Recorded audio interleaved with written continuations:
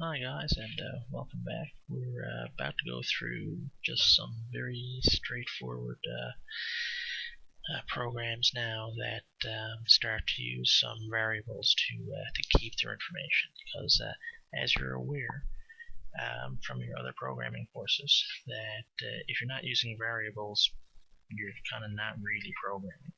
So what we're going to do is we're going to do up a really short little project. And this one, we're going to make sure we switch to Unit 2 for a folder. And I'm going to call this one Rooms. Actually, just Room is good. So this program is going to give us the area of a room, and we're going to take it through the 2 or 3 steps that we can kind of do to get it to work. So here we go. Just start that. That's our main. Good. Alright, so we're going to say, for argument's sake, that we have a room that has a width of 25 and an area or a length of 15. So up to now you've been doing it like this.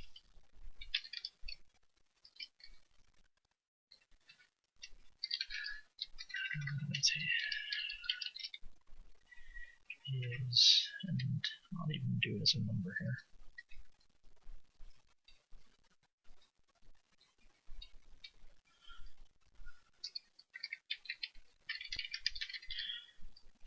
So we'll at least include the calculation.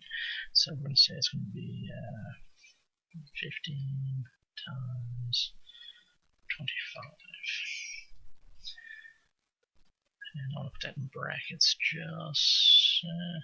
no, I'll do it like that. We'll find out if it works or not. Let me see. I didn't get an output. Sometimes when you do this, you have to go and do clean and then try to play. So it's not being happy. Well, in this particular case, it's 375. So I'll do the calculation somewhere else in a minute. Alright, so we know it's 15 and our width is 15, our length is 25. So when we go to run this, why it's not? Oh, might help if I used out instead of error. So let me just undo what I did the last couple of times.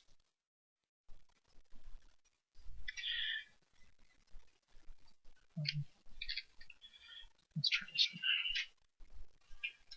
We do and okay, so nothing's happening right now. So what we're going to do is we're just going to change that to be I think it's 325. If my math is wrong, that's no big deal. And again, we still need to clean.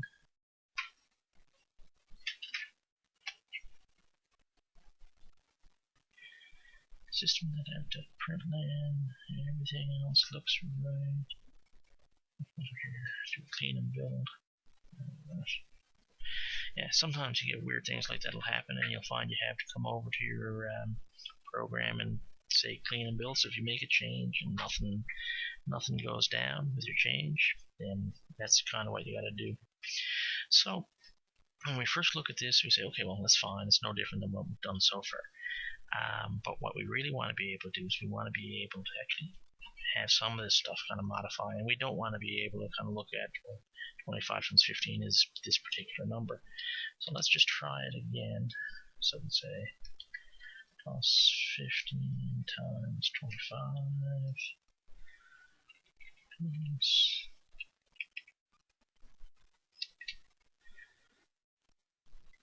and we'll just run that again. Oh, 375, so my numbers were wrong.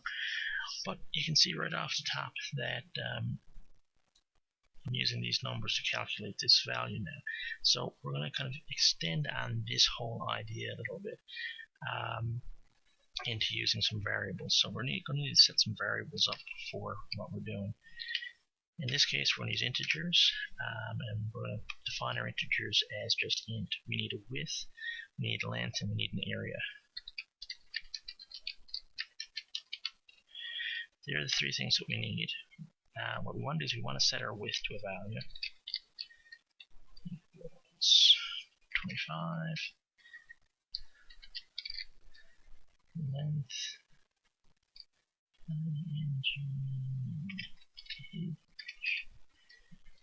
equals 15, and we're going to say area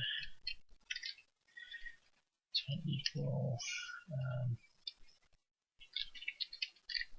width times length. So at this point, I spelled length wrong again. I keep doing that. Okay. Area is right. Length is right. Width is right. That's one nice thing with the IDE. If you click on one of these, it'll kind of highlight all of its kind of friends. So when we go to run this, everything's going to look the same again because I didn't make any changes here.